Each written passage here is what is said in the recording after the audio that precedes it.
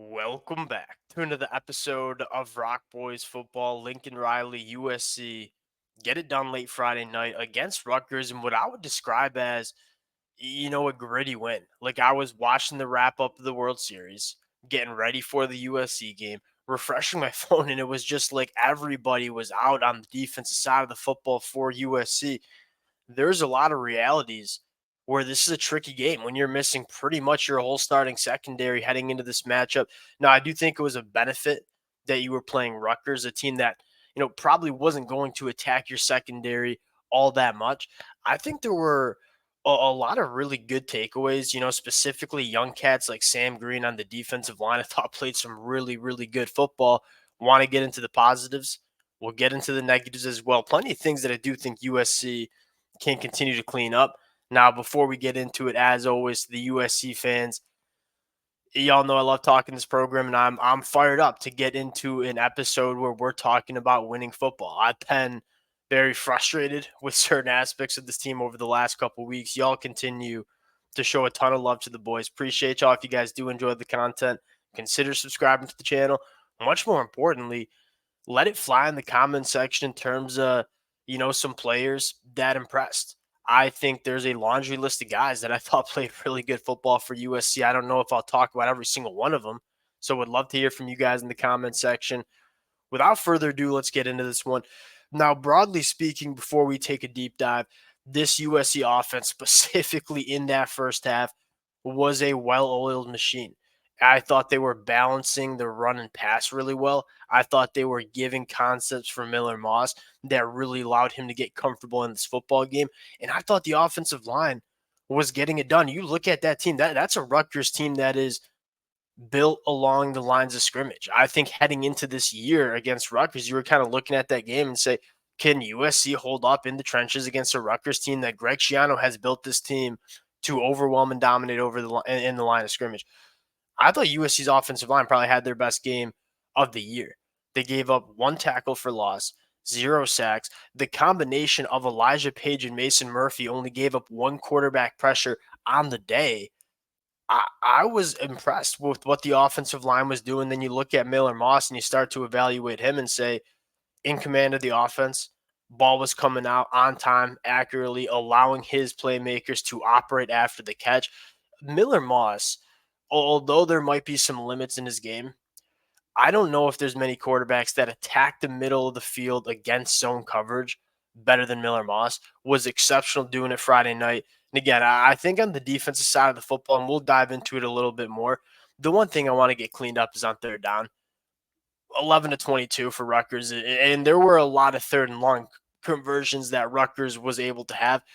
My big conversation, and this might have to do with you're playing with two backup safeties, you're playing with two backup cornerbacks. Like I get you were down your starters in the secondary, but at the end of the day, I thought they were playing way too conservatively. And I don't know if that is Danton Link calling the defense that way or just the defensive backs being a little bit too timid. Look, you got two 6'3" cornerbacks on the outside. Go ask them to put hands on wide receivers, especially because you look at Rutgers and say they were having some success in the short intermediate concepts. But when they were asked to push the ball down the field, Calic McManus just couldn't make those throws. He made one throw. They beat Prophet Brown early in the third quarter. Outside of that, I wish we saw USC challenge these Rutgers cornerbacks a little bit more in the boundary because it did feel like they were giving up a lot of easy access throws. And again, you got two cornerbacks that they're meant to play a little bit of press coverage. They're meant to play a little bit aggressive along the lines of scrimmage, put their hands on wide receivers. Would like to see that a little bit more. Now, digging into, I think some positives and some standouts. I thought Makai Lemon continues to be, I think, arguably the best wide receiver, at least the most reliable wide receiver for this USC team. One, he's not the biggest guy. He blocks his tail off on the perimeter, which is something that a lot of the USC wide receivers are doing a good job of. And as much as there's some frustration that I have with Lincoln Riley and how this program has kind of been operated the last couple of weeks, it's nice to see a USC team that was 3-4 heading into this matchup block their tails off all on the perimeter with their wide receivers. Like that's a culture thing that tells me it's going in the right direction. But Mekhi Lemon does everything right. You know what I mean? He might not be as flashy as Jacoby Lane. He might not be as electric at times, although I'd argue he's been more electric than Zachariah Branch. He just gets it done. Like, he's separate. You look at some of the best right. I mean, like Amon-Ra St. Brown is probably a really good example. Like, I don't know if anything stands out, but when you are a wide receiver that knows how to run your routes, knows how to separate, has excellent hands, knows how to be quarterback friendly, that's what being a good wide receiver is. That's Mekhi Lemon. Elite separator. I thought the most impressive play was on that, I think it was a third down curl route. And Miller Moss was hot. He had to get rid of the ball soon. He throws the football well before Mekhi Lemon even gets out of his break. And Mekhi Lemon tracks the ball late and makes the catch. That's something that one, it tells you Miller Moss is really comfortable and trusts Mekhi Lemon because he's throwing that football awfully, awfully early.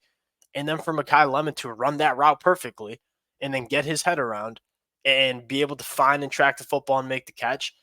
It doesn't get much better than Mekhi Lemon. They're using him in a lot of different ways. Been super impressed with this kid. Obviously had some impact on special teams as well. Woody Marks continues, and looking at my notes here, Woody Marks continues to be awesome. Wouldn't mind to see a little bit more Quentin Joyner, but when Woody Marks is running the football like that, I do understand it's hard to get Quentin Joyner involved because Woody Marks, that kid, he's special. And then the offensive line, again, when you give up only one tackle for loss, 0 sacks, I thought you picked up some pass. I thought you picked up the blitz as well most of the night. There were a few free runners. That was probably the best performance we've seen from the offensive line. And again, what was the conversation heading into this matchup?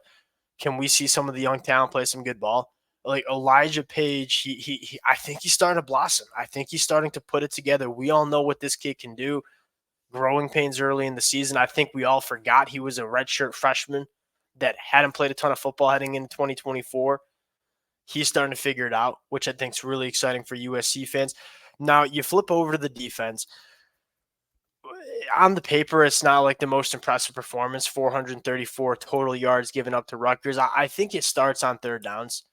11 of 22 is not good enough if you're USC on defense. This has been a defense that's been very good on third downs. Dan Lynn's known for dialing up on third downs. And, I thought Dan Lynn did a really good job mixing up the looks. He threw a ton of different looks, blitz packages at this Rutgers team, and I thought it worked. I thought the biggest frustration was one, a guy like Zion Branch was picked on a little bit. We just kind of know he ain't Kamari Ramsey when it comes to playing in coverage. I like what Zion Branch can do coming downhill and fitting the run and being physical.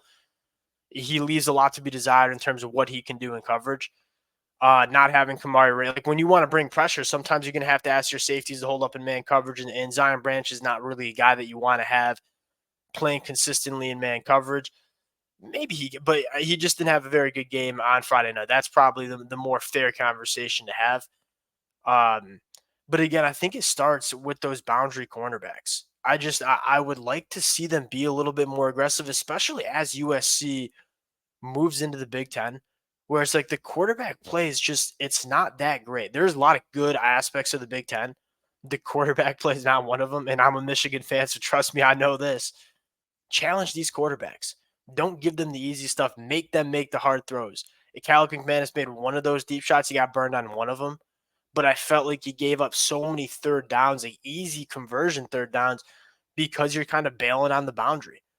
Again, I think these cornerbacks are meant to play a little bit more aggressive on the line of scrimmage, jamming wide receivers, putting hands on wide receivers. I'd like to see that happen a little bit more. And again, I think as you get your starting secondary back, you'll probably see Dan Lynn get more aggressive with the cornerbacks. Now, on the defensive line, I thought this was a really good unit. I mean, Gavin Mayer probably played his best football game we've seen. He's been solid, but he thought he played very well. Sam Green is the storyline for me. And what I love most about Sam Green is, there's probably a little bit more to be desired as an edge rusher in terms of the pass rush department, although I thought he had some nice pass rushes, obviously had a sack. This kid's hammer against the run. And that's kind of how he's built, right? He's like 6'1", 255, like low pads, low center of gravity, can eat up blocks, can get off blocks. But when you have those low pads and you can kind of win at the point of attack, like that makes you a really valuable asset for USC. He's starting to emerge, and he's going to be a guy in 2025 that plays, I think, a lot of football for USC. You're continuing to see G-Day on the inside get more and more reps.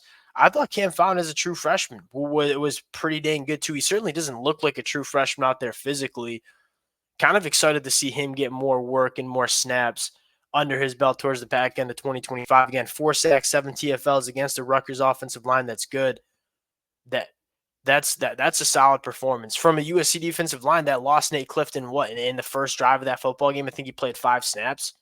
Yeah, there was some depth that showed up for USC, which was cool. Linebacker play. If this USC team, I want to include Bryson Shaw. I thought Bryson Shaw played a really good game. He injected some energy into this USC defense. Like, I don't know if he's better than a guy like Kamari Ramsey, but man, it was cool to see who had Bryson Shaw just had a disaster season in 2023. We can put that on Alex Grinch. I thought Bryson Shaw gave you some. There were some plays that I thought he could have done better on, no doubt about that. But he was coming down the hill and smacking people. And you kind of wanted to see that from USC, like back against the wall, 3-4, heading into a late football game against Rutgers. Bryson Shaw coming and giving some juice. Really like that. The one other just negative I would have is we got to wrap up. Really physical. But when you're trying to and Kyle Monangai is going to make a lot of defenses look like this. Kyle Monangai's contact balance is almost second to none. He just stays on his feet. When you have a running back like that, yeah, I want you firing downhill, but when you are at the point of attack, you got to make sure you're wrapping up on these tackles. A couple times, Kyle Monangai bouncing off guys. But outside of that, like this USC defense, I thought played well considering you were down a lot of really good players on the defensive side of football. You take a look at just the injuries USC has gone through on defense. Eric Gentry out for the year. Anthony Lucas out for the year. You were missing 4 starters in the back end. Thought USC responded well in terms of the depth of the defense. I thought an overall quality performance for USC. We'll close it out there. Appreciate you guys rocking with it. If y'all do enjoy the content, consider subscribing to the channel, and we'll talk to y'all later.